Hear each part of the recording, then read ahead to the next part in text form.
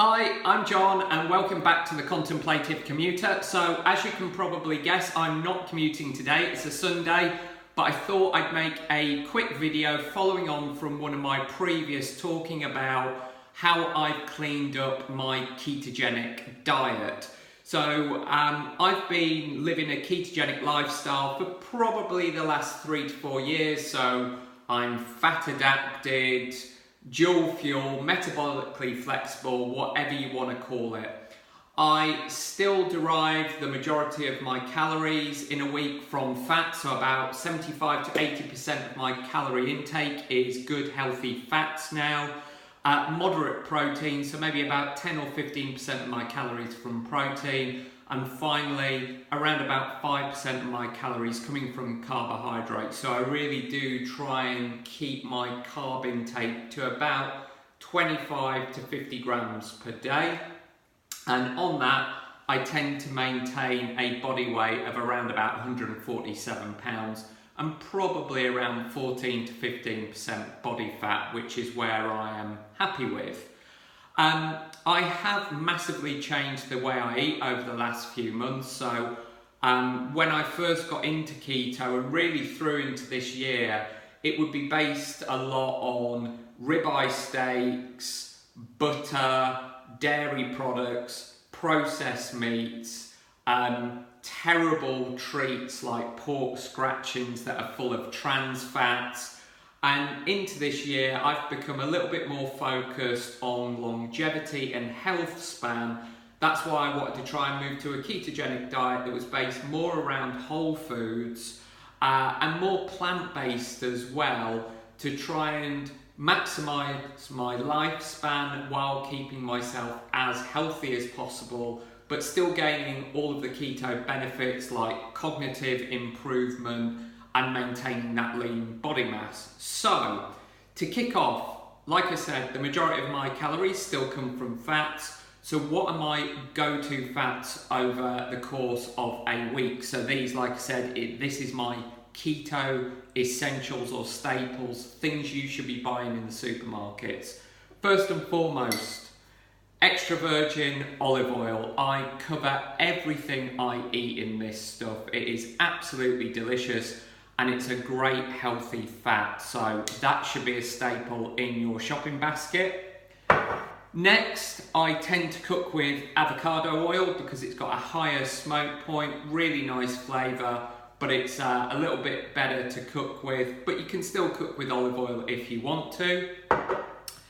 Next, I've tried to remove as many dairy products or animal-based products out my diet now as possible.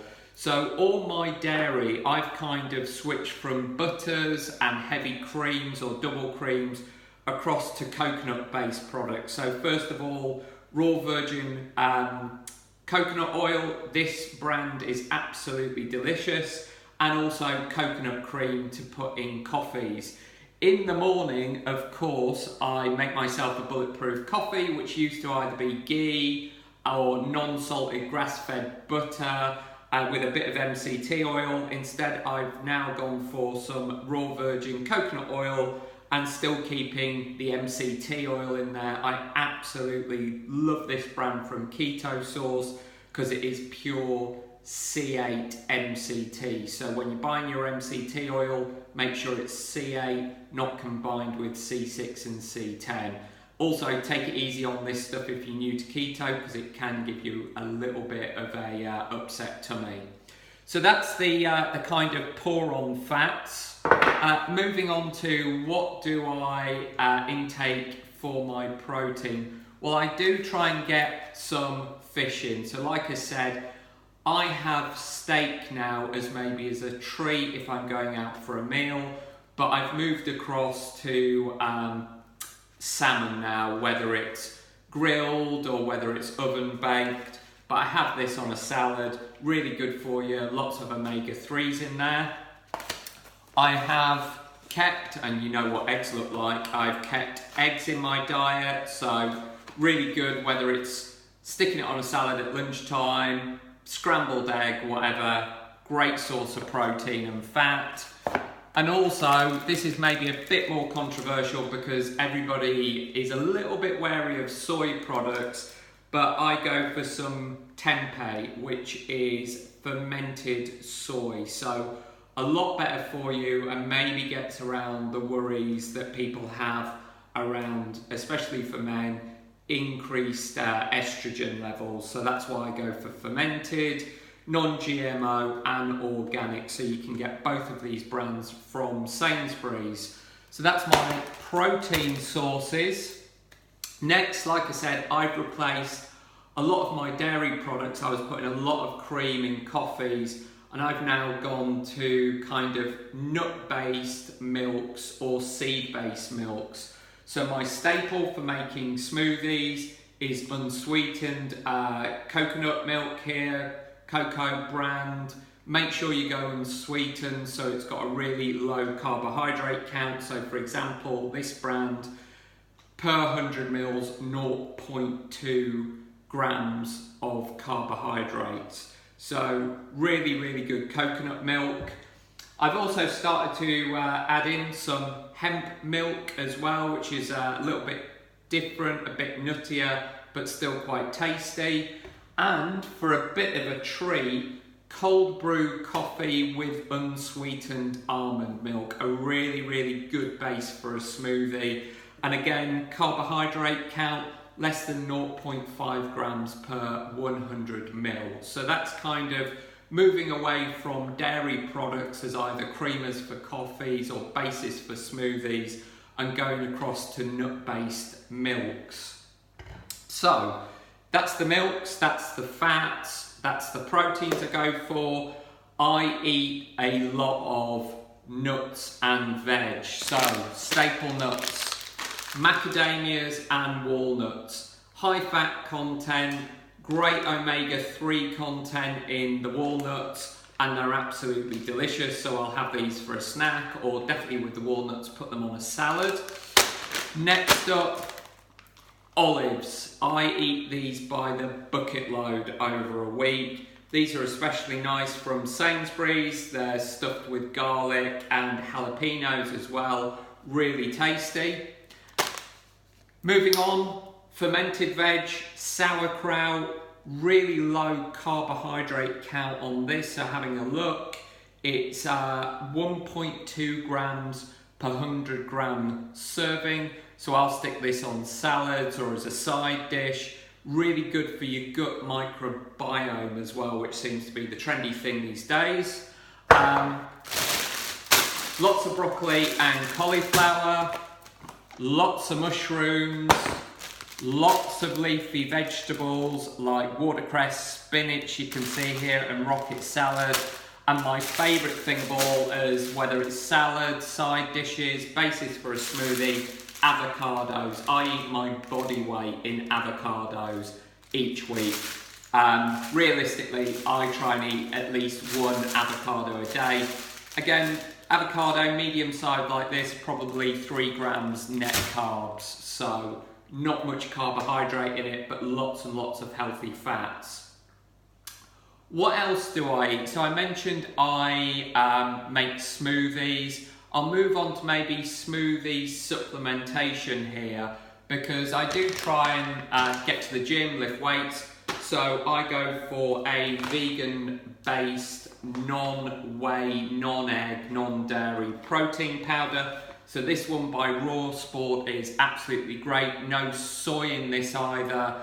And if I look at the carbohydrate content, it's around about 2.4 grams per serving. So carb content is incredibly low, but lots of healthy plant-based protein in this. And I'll combine it with the coconut milk, maybe, as I said, stick an avocado in there, bit of MCT oil, and it's a fantastic post-workout recovery drink. Supplementation-wise as well, I wouldn't be keto if I wasn't thinking about having a swig of some apple cider vinegar.